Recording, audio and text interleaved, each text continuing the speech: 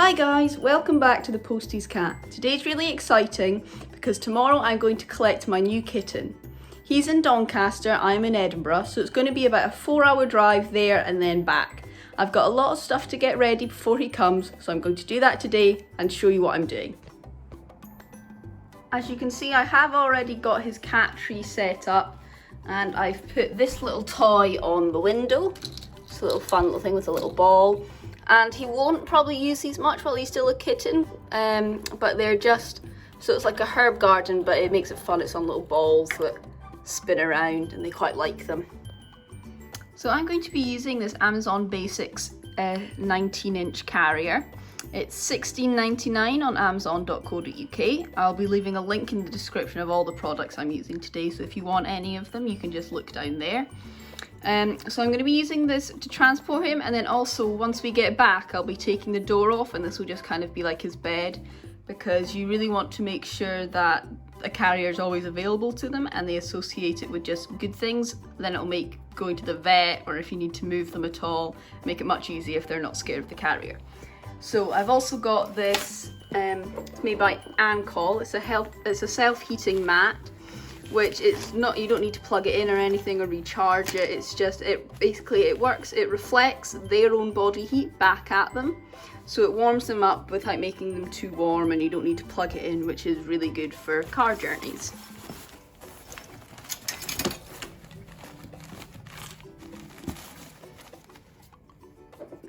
I've also got this Feel Away Classic Calming Spray, which before he gets in, when we're down in Doncaster, I'm just going to put a few spritz in here and that should calm him down for the journey. He's coming with a blanket or a toy that'll smell like his mum, so I'll also put that in there to try and keep him as calm as possible during the journey. So I've got a computer in the room that's going to be his base camp, so it does have a lot of wires, and it's really important to make sure that if they do chew on them, they won't get hurt. So for all of the outlets on the floor, I've got this box made by D-Line to put them in, and then I've also got, made by the same company, these little plastic tubings to cover them in. I couldn't cover all the wires in them, but for the rest of the wires I'm going to be using this Granix Bitter Apple Spray. You spray it on anything you don't want a cat or a dog to chew, so wires, maybe they're chewing furniture or even their own tail. You just spray this on, and then it's got a bitter taste. I did actually try it myself and it is very bitter. It's not pleasant at all, and then it should stop them chewing any wires or anything that could be dangerous to them. So for the first couple of days, this area is kind of going to be his place where he's going to go. And the reason why you start in a small area is because they can build their confidence in this area.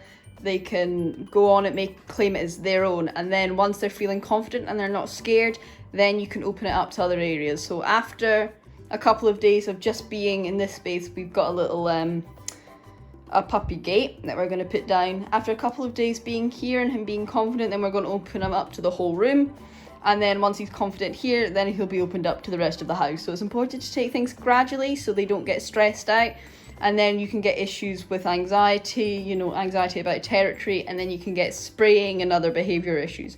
So it's really good just to start in a nice small area and then gradually build forward once they've got some confidence. So I just wanted to show you guys his area that I've set up. So this is his cat tree. There was actually a funny story about the cat tree. Originally I had got a different one that said it was for kittens, and it looked a lot smaller on Amazon. They didn't have dimensions, but it looked a lot smaller. And it came, and the base was about that big, but it was very short. So I decided it wasn't going to work, so I sent that back and instead got this one, which is taller and it's thinner, so it takes up less floor space, but it's got more height, and height in a cat equals confidence, so you want to provide them with high places to go. So we've got the cat tree. I've got some of these little balls I made out of cardboard roll like slices that I dyed, some of them with just blueberry water, just to make it just fun and colourful. You don't need to do that. I've got a little wool kicker toy for him. Got some of these crinkly balls that he likes. Over here, that's the bowl we're going to be using for him when he comes back. It's a Dr. Whiskers bowl, I believe, the whisker stress bowl. This is just a Kitten scratcher that I got just to try out. Here's his litter box, obviously without the litter in it right now. This is from Pet, and they make a lot of really cool litter boxes for use with wood pellet litter. Kind of like, I don't know if you've seen the Breeze box, so you can use the Breeze box system just in one of these, and they look a lot nicer in my opinion. I've got this little circular scratching pad that I made out of old Amazon boxes. It's really easy to do, and then it's stuck together. I made a natural glue just with flour and water that you heat up, and it's really good. You just put it on and it's nice and strong. So if you ever want to make your own toys, just do about 1/4 flour, the rest of it water, heat it up in a pan, and once it's warm you just use it as a glue, and then it holds it nice and strong once it's dried. That's his carrot. Obviously we're going to be using that, but that's just to show you where it's going to be once we come back. And if you notice, I've got just these puppy pads here. These will only be here for 2 days max, just in case he can't make it here or he's frightened or something. I don't want it going on the nice oak wood floor, so I've just got those for a couple of days. So yeah, I'm gonna be getting the fence, the puppy fence, just to put around here. But other than that, it looks all good to go. So I'll see you guys tomorrow when we go pick him up.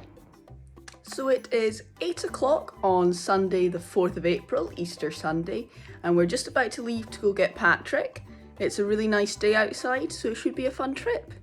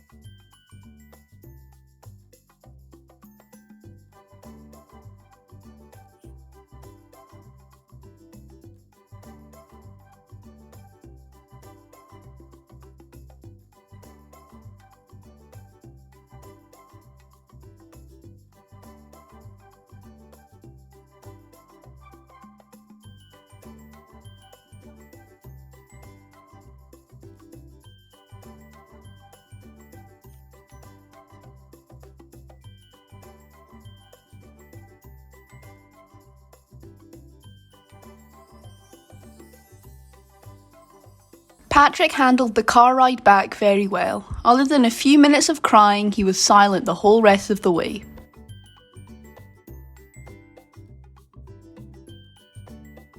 Patrick is a very confident kitten and only needed to be in his playpen for one night. He has happily explored the rest of the room and has integrated himself very well into the household.